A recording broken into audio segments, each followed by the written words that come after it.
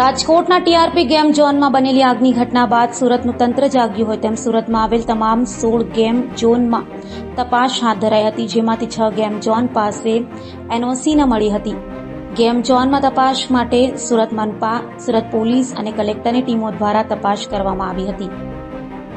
રાજકોટમાં આજે ગેમ ઝોનમાં આગની ઘટનામાં અનેક લોકોએ જીવ ગુમાવ્યો છે, ત્યારે હવે સુરત પોલીસ અને સુરત પાલિકાના અધિકારીઓ દ્વારા તપાસ શરૂ કરાઈ છે। સુરતમાં આવેલા 16 જેટલા ગેમ ઝોન અંગે એક કમિટીની રચના કરીને તપાસ કરાઈ હતી। સુરત ફાયર ચીફ ઓફિસર અને અન્ય અધિકારીઓ દ્વારા મીટિંગ યોજી ટીમ બનાવી તમામ ગેમ ઝોનમાં તપાસ કરાઈ હતી। ગેમ ઝોનમાં એનઓસી સહિત ફાયર સેફટીની ચકાસણી કરવામાં આવી હતી। જો કે 16માંથી 6 ગેમ ઝોન પાસે કોઈપણ જાતની ફાયર એનઓસી ન હોવાનું સામે આવ્યું હતું। ગેમ ઝોનમાં ફાયર સેફટીના સાધનોની પણ કાશણી કરાઈ હતી। ગેમ ઝોનમાં તમામ રમતના સાધનો ઇલેક્ટ્રિક હોય છે, જેને લઈ બાળકોને રમવાની વસ્તુ પણ ફાઇબરની હોય અને છત પર થર્મોકોલની સીટ લગાવાઈ હોય, જેથી ન કરે નારાયણ આગ લાગે ત્યારે આગ ભયાવહ બને છે, જેથી તંત્ર દ્વારા તમામ ગેમ ઝોનમાં ફાયર એનઓસી સાથે એન્ટ્રી એક્ઝિટ સહિતની તપાસ કરાઈ હતી। કઈ જગ્યા પર સોનું ચેકિંગ માટે કઈ રીતે આખી ટીમ? મારું નામ એસડી ધોબી છે, રાંદેર ઝોનનો incharge deputy chief fire officer છું।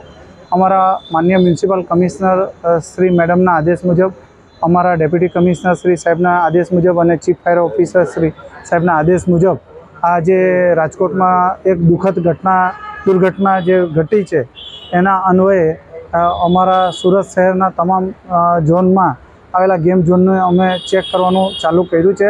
આદેશ અન્વયે અમને જ્યાં જ્યાં ખામી જણાઈ આવે છે તો એને અમે જે હેલ્થનું છે, આપણા ફાયરનું છે અને જનરલ ચેકલિસ્ટ બનાવવામાં આવેલી, અને એમાં જે અપૂર્તતા છે તો એમને અમે નોટિસ આપીએ છીએ, સીલ કરીએ છીએ। આજે કઈ જગ્યા પર અત્યારે ઊભા છો અને ત્યાં અહીંયા શું તૂટી દેખાય? હાલમાં આપણે રાંદેર રોડ ખાતે ડીએમ ગેમ ઝોન આવેલી છે, શ્રી દેવી ગેમ ઝોન કહેવામાં આવે, શ્રીરામ પેટ્રોલ પંપની સામે છે। હાલમાં અમારા તરફથી ફાયરની સિસ્ટમો ચેક કરવામાં આવી છે, જ્યાં જે ખામીઓ જણાઈ આવેથી અમે અત્યારે ખામી જણાયેથી અમે સીલની કાર્યવાહી કરીશું। સાહેબ, આવી ઘટનાઓ બને છે રાજકોટ જેવી, ત્યારબાદ કેમ તંત્ર આવી તપાસ માટે જાગે છે? નહીં, આ અગાઉ પણ કાર્યવાહી તો ચાલુ જ હોય છે, પણ જેમ ઉપરથી અમને આદેશ મળે એ પ્રમાણે પણ અમારે કાર્યવાહી કરતા હોય છે। સાહેબ, ઘટના થાય ત્યારે જ ઉપરથી આદેશ આવે એનું કારણ? નહીં, એવું નથી, અમારી કાર્યવાહી સતત નિરંતર ચાલુ હોય છે।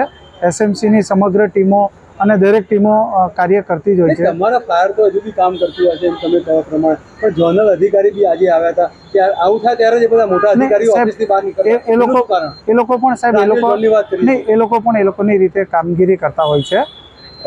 આમાં શું થાય છે કે કોઈક આવો મોટો બનાવ બને તો એને વિશેષ કાળજી લઈને આપણે ચેક કરવું પડે છે।